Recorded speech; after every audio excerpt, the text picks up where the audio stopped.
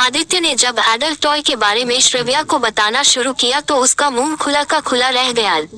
तो क्या लड़कियों को एक से ज्यादा बार वही एहसास होता है?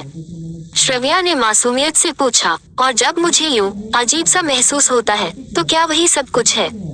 आदित्य ये सुनकर एक पल के लिए ठिठक गया। वह यकीन नहीं कर पा रहा था कि श्रव्या सच में ऐसा सोचती है। उसकी आंखों में हैरानी थी और दिल में एक अजीब सी टीस। वह धीरे से मुस्कुराया, जैसे कोई बात समझ आ गई हो। श्रव्या, उसकी आवाज नर्म थी मगर गहरी। वह उसके करीब आया और बहुत सलीके से उसे मेज के किनारे बैठा दिया। कोई जल्दबाजी नहीं थी, कोई दबाव नहीं, सिर्फ एक एहसास कि वह उसे सुरक्षित महसूस कराना चाहता है।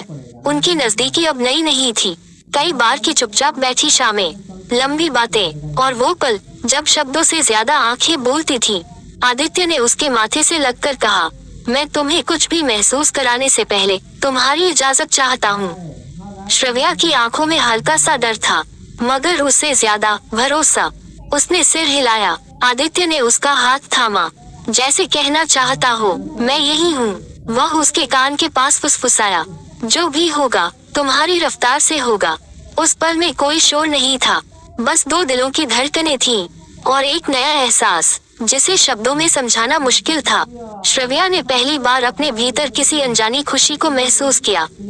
ऐसी खुशी जिसमें घबराहट नहीं थी, सिर्फ अपनापन था। कुछ देर बाद वह उसकी बाहों में सिमट गई। आदित्य ने उसे थामे रखा, जैसे पूरी दुनिया से बचा रहा हो। सब ठीक है?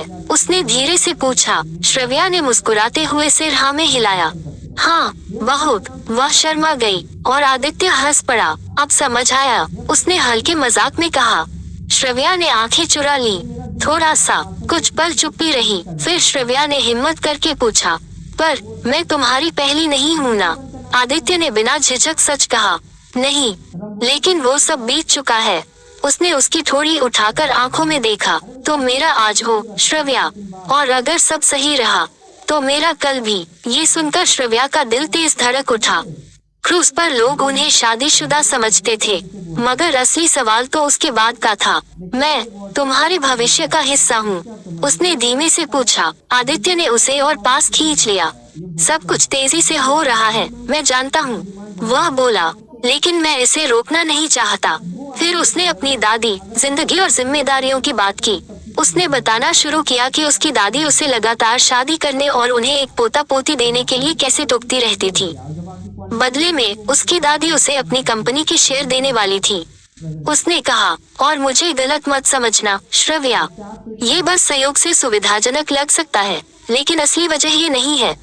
सच तो यह है कि मैं तुमसे यह इसलिए पूछ रहा हूँ क्योंकि मैं खुद चाहता हूँ, और मैं चाहता हूँ कि तुम जानो कि मैं इसे लेकर पूरी तरह गंभीर हूँ।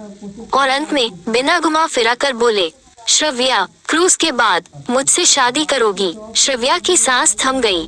समंदर की लहरें बाहर टकरा रही थीं, और अंदर उसकी जिंदगी का सबसे बड़ा सवाल गूंज रहा था।